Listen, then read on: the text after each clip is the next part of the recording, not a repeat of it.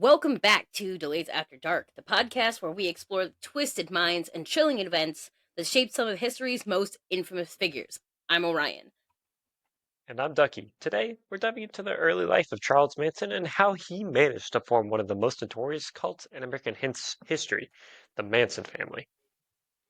Manson's name is synonymous with evil, but before he became the leader of a murderous cult, he was just a kid, bouncing from one bad situation to another.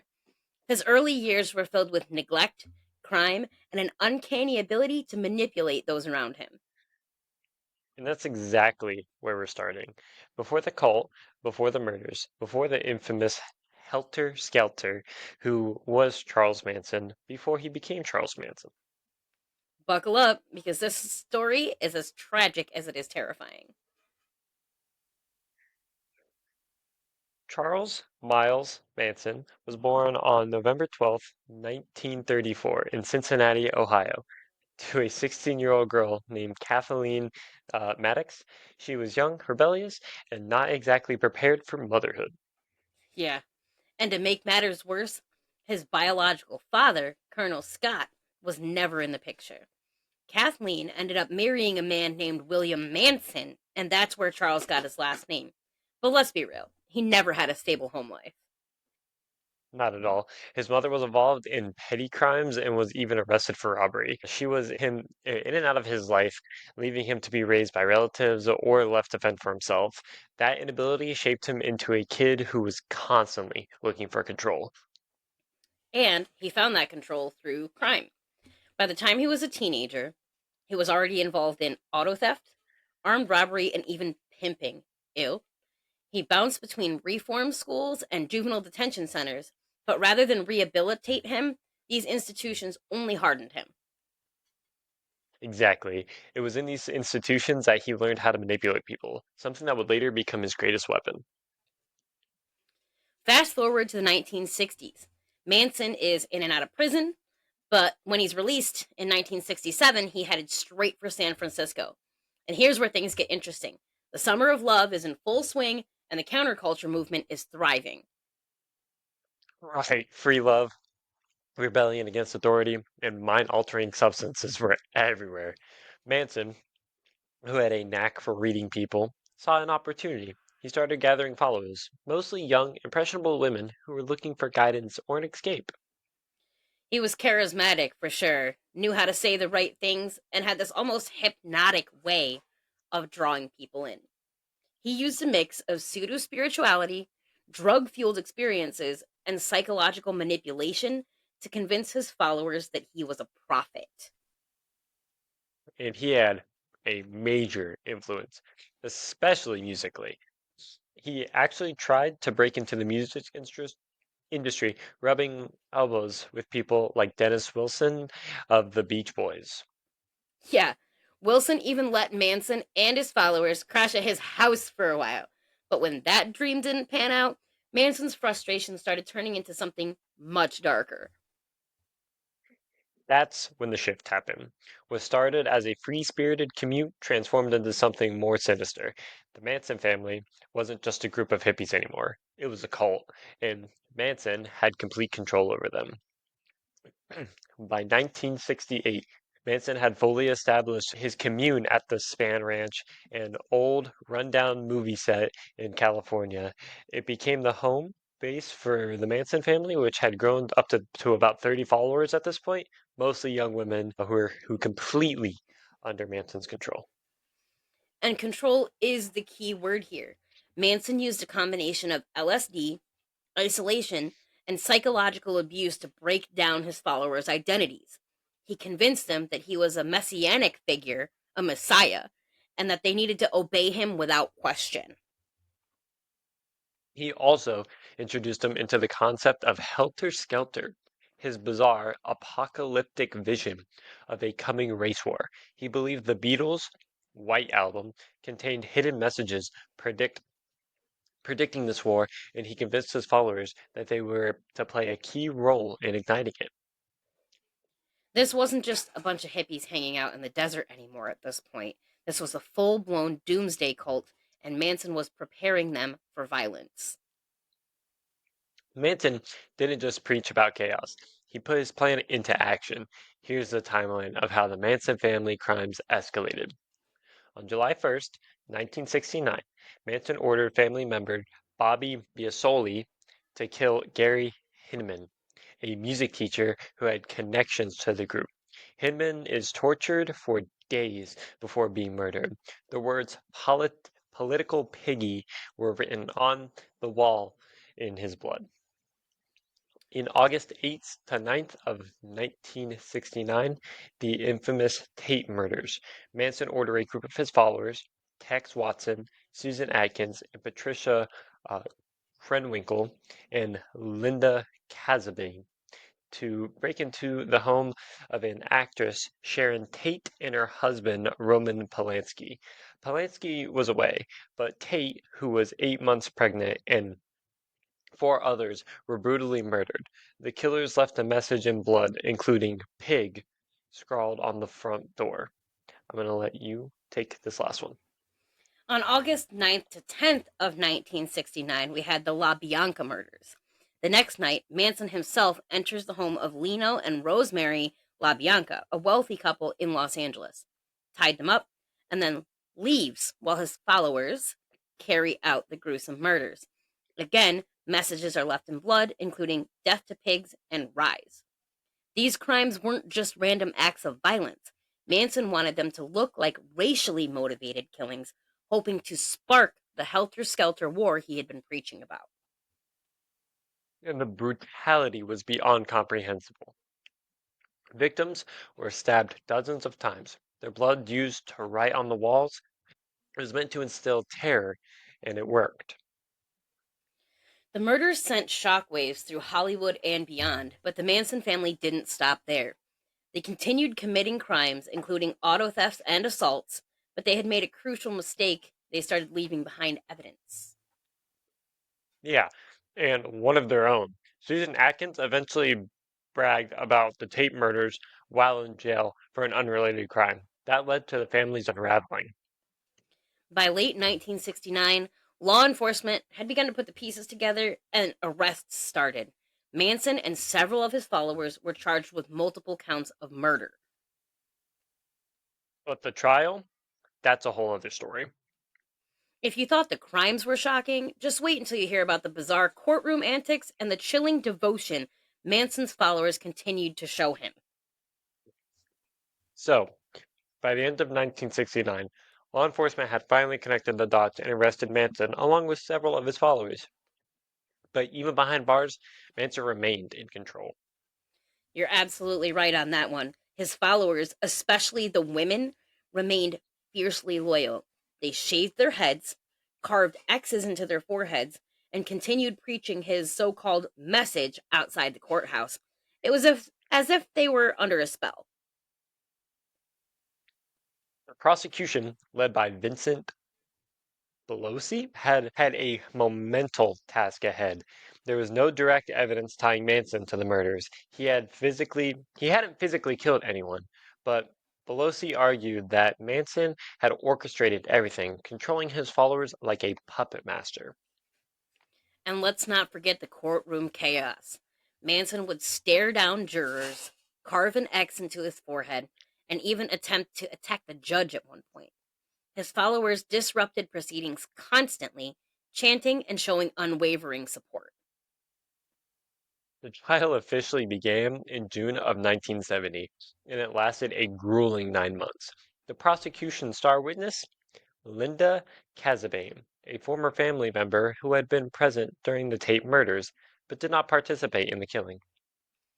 Kasabian's testimony was crucial. She described in chilling detail how the murders unfolded and how Manson had planned everything. Without her, securing a conviction would have been much more difficult. And in January of 1971, the verdict came in. Manson, along with Susan Atkins, Patricia Krenwinkel, and Tex Watson, were found guilty of murder.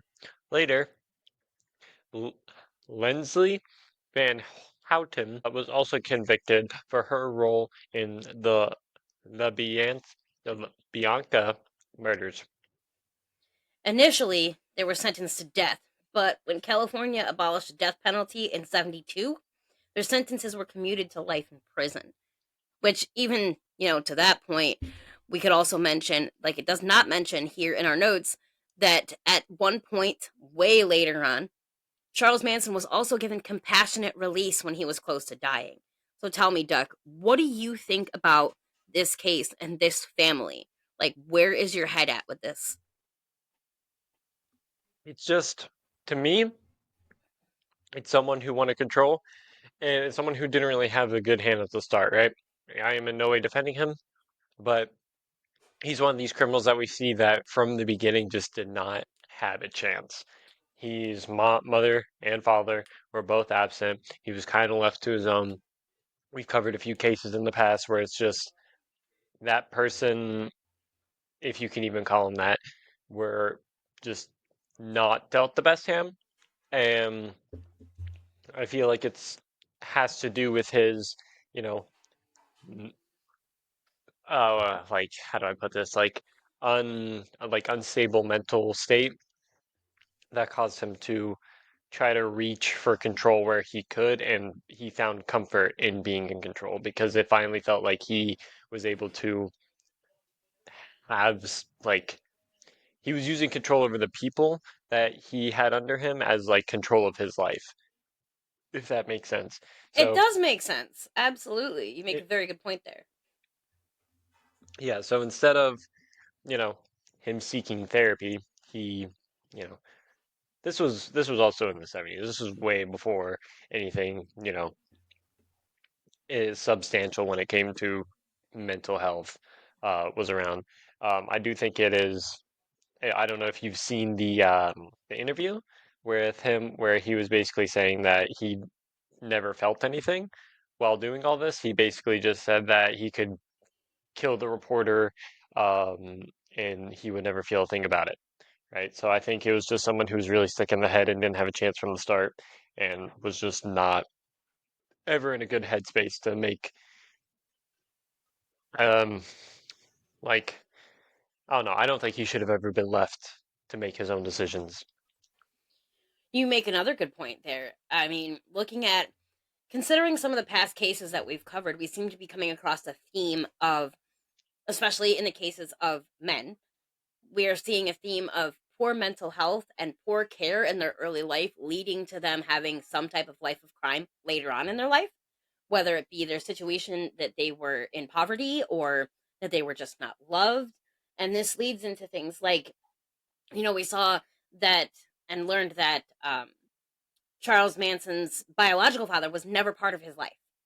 So he took on his stepfather's last name. And his parents didn't really give two shits about him, unfortunately.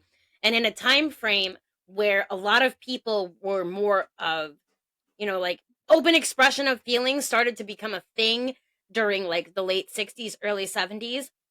And by that time, he was already so broken that he could not express emotion in a healthy way.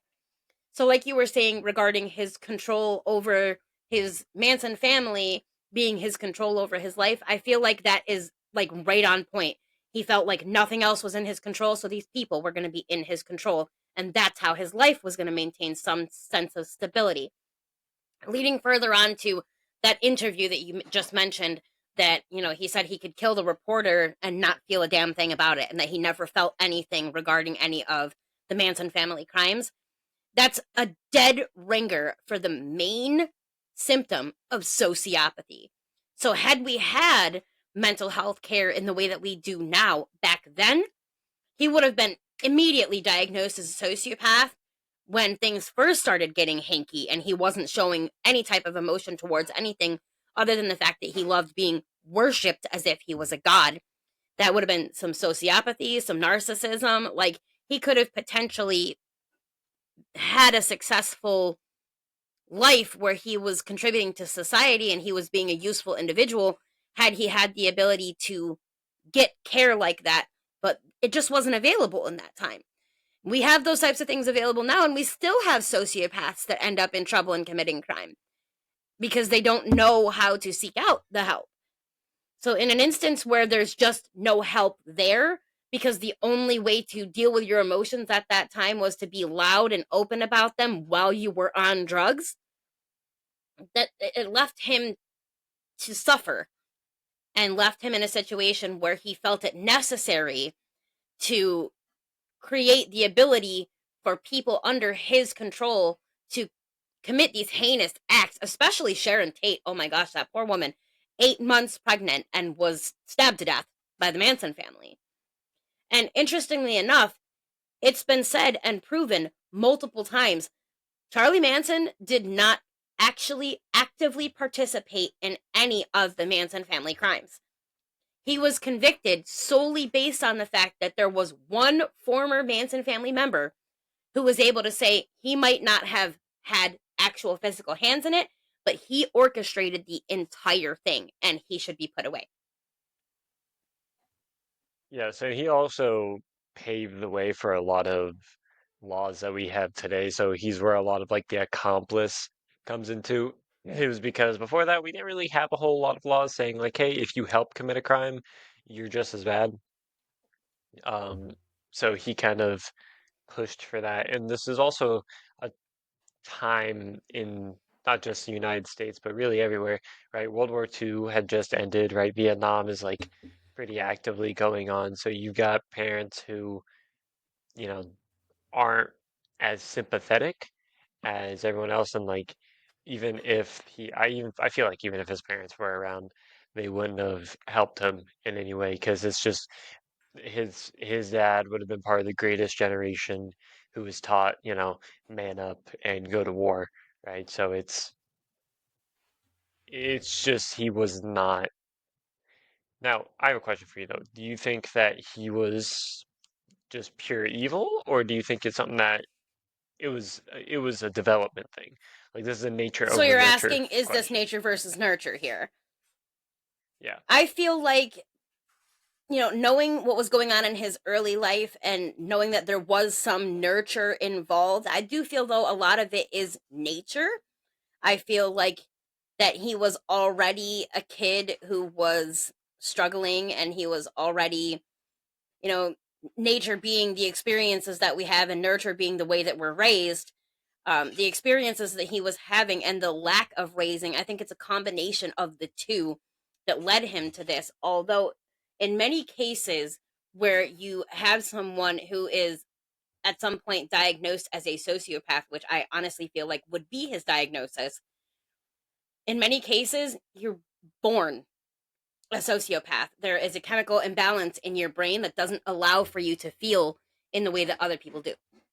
You're just kind of numb throughout your whole life. So I wonder if there was some type of, whether there were drug use or abuse or improper prenatal care, something damaging that happened to him in the womb that caused the chemical imbalance in his brain, coupled with the fact that his parents really didn't give a fuck about him.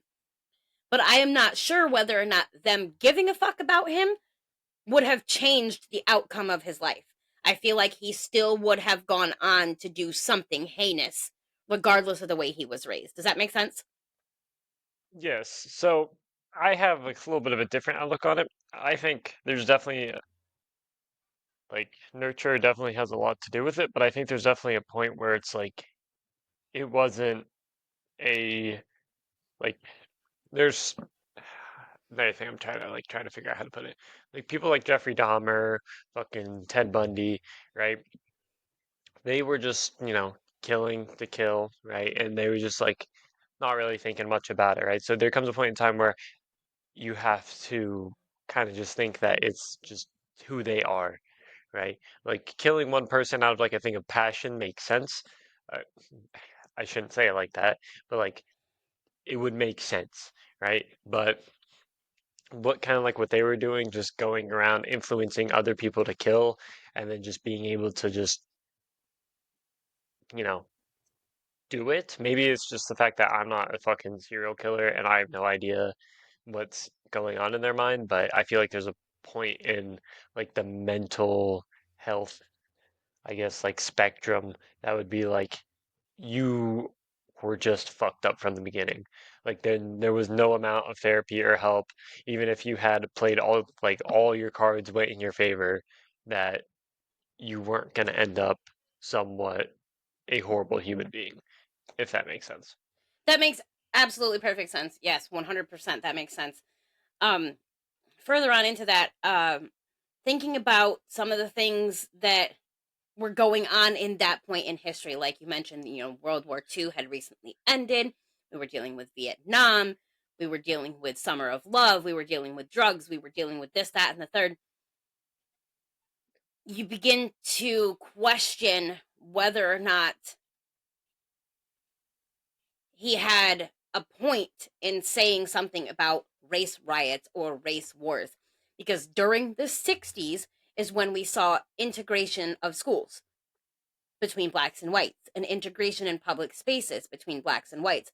And a lot of people were against that already, which gave Charlie an in to the brains of people who were already against integration and sharing spaces with different races, to incite them into this belief that there was a race war coming, etc., so on and so forth, and to seek out specifically people that he thought might be proponents of a race war or influential people that he could have his members of his family kill so that they wouldn't either sway a race war one way or another, incite it to happening, or prevent it from happening.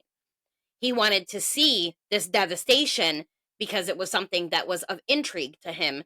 And he went about killing people who could have swayed either way, whether they were saying, oh, we can prevent this, or oh, this is definitely going to happen. He wanted that ambiguous gray area as a level of control, if that makes sense. Yeah, so instead of it being like a, you know, I don't know what I was gonna say. I pulled a complete blank, but yes, I understand what you're saying. It makes sense. It does. It does. It makes perfect sense. There's so many theories of we could ask ourselves, what was going on in Charlie Manson's head? What was going on in the heads of the women who were so supportive of him? And at that time, Charlie Manson was the epitome of sex symbol. He had long hair, he had the beard, he was gorgeous, he was tall, he was deep voiced, and he sang and he could play guitar, and he had this charisma about him that made women want to be a part of his life, want to spend time with him. And between that charisma that he already had and the drugs that he was forcing them to take, he had them bound in such a way that the addiction that they would have gained from the amount of drugs that he was forcing on them could cause them to have a little bit of Stockholm syndrome, to where they became obsessed with him in return. And they were like, anything you say, I will do it. There are a number of documentaries that talk about the Manson girls coming into court smiling in their beautiful dresses, arm in arm, and singing on their way to court because they were so heavily influenced by Charles that they were in this happy mode that they were going to get away with what they were doing, and that nobody could be wrong in this situation because they were following Charlie, who they envisioned at that point as their god. Okay. So here's a follow-up question. Do you think the women were just easily influenced, or do you think they were something like, do you think Charlie Manson was able to actually like just good with words and just really good at manipulation, or do you think he preyed on women who were already fucked up and he just picked easy targets? I think it's a little bit of both, to be completely honest. I feel like the women that he targeted to become part of the Manson family, if you look at them, they're mostly kind of like plain Janes. They're very plain young girls. Well, smiles are pretty, but like they shaved off their hair and everything for this dude and became even more so plain to honor him.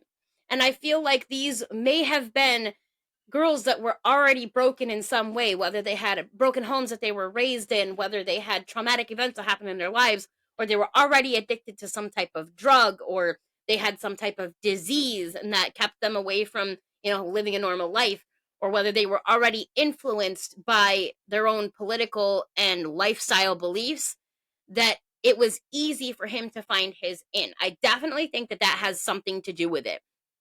Having easy prey for him to latch onto to then manipulate that easy prey to view him as a god. Right. So a lot of people, whenever they look at Charlie Manson, they look at him specifically, right? Like whenever they're blaming all the events, they blame him specifically. I never really see anybody talk about the women involved with it, right? So do you think that they were just as wrong as he was, or do you think that they were just really just not there? Like From a they were just looking to be culpability accepted? standpoint, I feel like all of them were in the wrong. And I feel like the entirety of the situation could have been avoided. You know, you hear about cults all the time. I mean, we still have cults that are active today that the beliefs are so strong that these people will commit pretty much any act, whether it be positive, negative, or in between, to support their cult. But you no longer hear as much about people killing based on their cult beliefs. I feel like these women are just as culpable for the crimes they committed as Charlie is for organizing or ordering those crimes. So Charlie, absolutely fucking crazy. Like the dude was off his fucking rocker in a way that I became fascinated with him. And I wish that I could have sat down in a room with that man before he died. It's rough. I really wish that I could have sat down with him before he died because I would have loved to pick his brain about the way that he controlled women. Problem being, if I had sat down in a room with him before he died, he probably would have manipulated me too because I am a woman. And so I wonder, does that eliminate a portion of the culpability to the women, or do they still maintain the culpability for the crimes that they committed based on the fact that they continued to do the act, regardless of whether or not Charlie had influence on it? Okay. So another follow-up question. After the Manson family had gone, I guess, gained popularity, in quotation marks, we started seeing a lot of other cults pop up, right? It seemed like everyone wanted to kind of copycat being in a position that makes you a god to someone, right? Like we end up seeing Waco, we end up seeing Jamestown, right? There's just a whole slew of cults that spring up after this. Do you think it was just that generation was just so hive-minded to where they all kind of made their own cults? Or was it something that you think everyone was trying to kind of copycat Charles Manson without copycatting him? Honestly, I think it leans more towards the copycatting of Charlie Manson because when Charlie Manson and the Manson family gained popularity, people began to know who they were. I feel like a lot of men, more specifically, were like, hey, I want a big old gaggle of women to worship me. So let me figure out my own cult rules and start my own thing and see if women will come and worship me. And I'm not saying that particularly all men have this type of mindset where they would want to be worshipped, etc., so on. But in a time frame where there was so much tumultuous things happening, we're talking like race problems and wars and the ends of previous wars and drugs and craziness. A lot of stuff was going on outside of the Manson family. These people were already influenced enough to want some type of stability, some type of control, which could then further lead into wanting to be seen as a deified person or a leader or be someone in power to maintain some type of control. And when we see the things like, hey, the Manson family, they had their whole run and whatever, and then we have a lot of these other little cult sects popping up, like, I feel like it was more of we want that too rather than just hive mind of everybody wants to do the same thing. It was more of a influence from seeing what hive mind can create. Does that make sense? Okay. Yeah. Okay. So another thing with the Manson family, everything, this was right when everything was getting like kind of televised, right? Almost everything that happened with the Manson family got put out into the public. Do you think that caused the leaders of Waco and Jamestown to go out the way they did, right? So Waco, obviously everyone knows about the giant shootout that happened, right? And then Jamestown, everyone knows about drinking the Kool-Aid, right? Do you think that as soon as people started losing control instead of, you know, going out and just being like, well, that's it, right? Because both families, both of those were also committing heavy crimes, right? So instead of like, all right, I'm losing control, people are leaving, you know, instead of just, oh shit, I've been caught, they've decided, all right, if I'm going down, everyone else is going down with me. Because at least, because at least both of those scenarios, it was more of like families in them instead of just individuals, right? Like there was kids, there were fucking, kids, parents, all that, right? Specifically in Waco was another, like the main one I'm thinking. But Jamestown was generally the same thing. It just wasn't a police shootout. They just stumbled across a bunch of bodies. I definitely think there's correlation there. I'm not 100% sure if it's causation, but I feel like there is correlation. Watching the Manson family go down as a member of another, religious sect or cult, would definitely be, if it was me, if I was a leader of a religious sect or cult, I would be fearful watching the Manson family go down, especially if I was part of a cult that was already committing crimes in a similar way to the Manson family. Watching the Manson family go down and crash and burn like that, I would be like, okay, what can I do to prevent that from happening to my people? And then it would lead you to those types of ultimate decisions. Do we wait and find out whether or not we're going to get caught and we're going to go down and crash and burn publicly like the Manson family? Or do we all go out together and avoid the mess? So I definitely Okay. think that there was some influential things going on there. Not particularly maybe directly influential, but indirectly influential.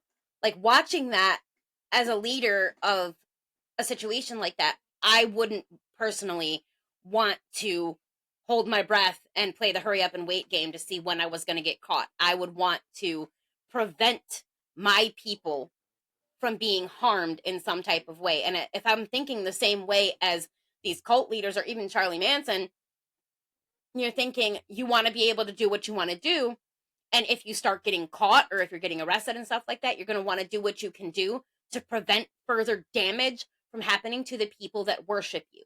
So you're going to find a way to collectively protect all of the people, whether that's going underground, whether it's, having a shootout and, 90% of the people get killed or even more so, whether it's drinking the Kool-Aid and everybody dies all together. Like, so you're going to find some way to quote unquote protect your people in whatever manner comes to you at that time.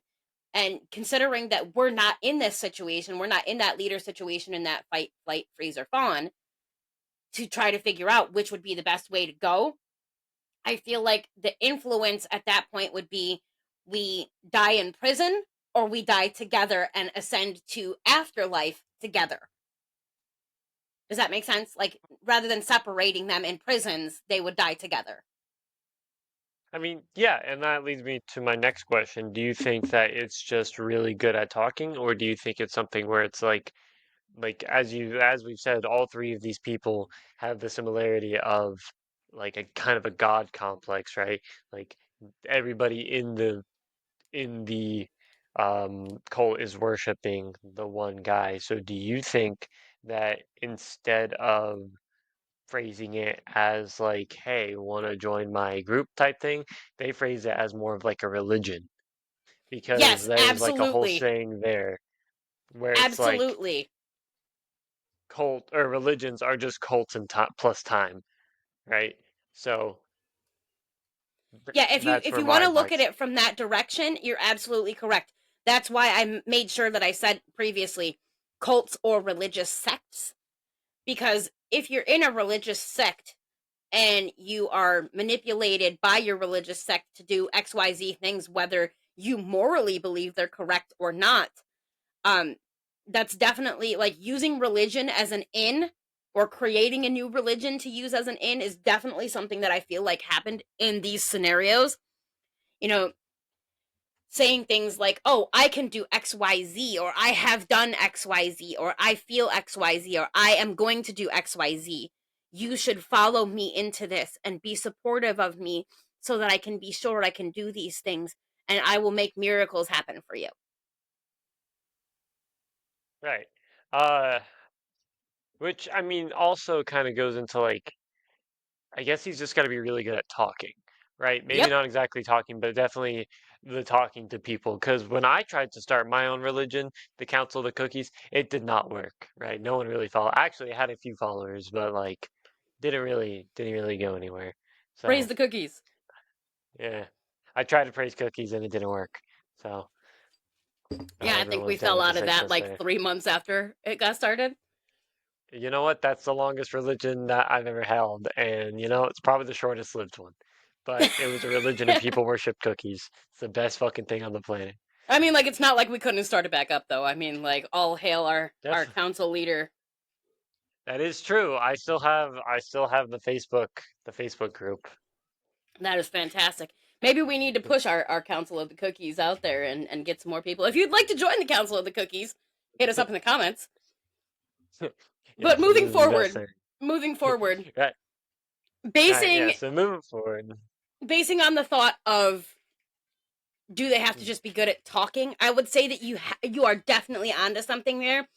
That's a really good point because you have to be good at talking to be able to influence people. If you can't talk to people, you can't influence them.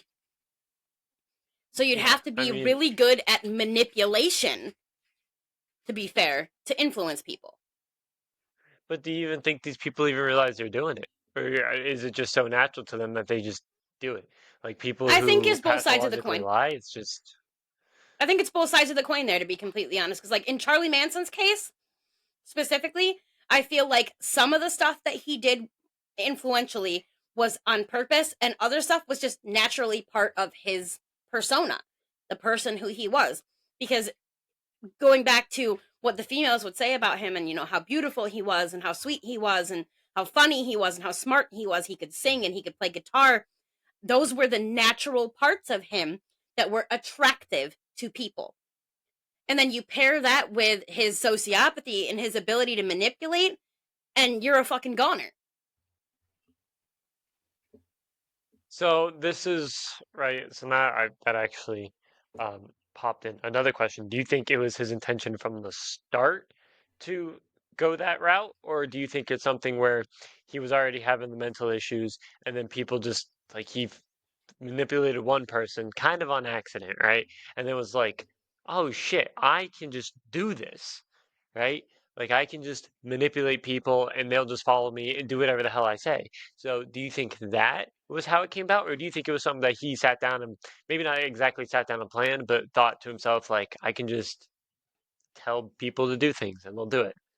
I feel like your prior statement is more accurate to possibility and feasibility.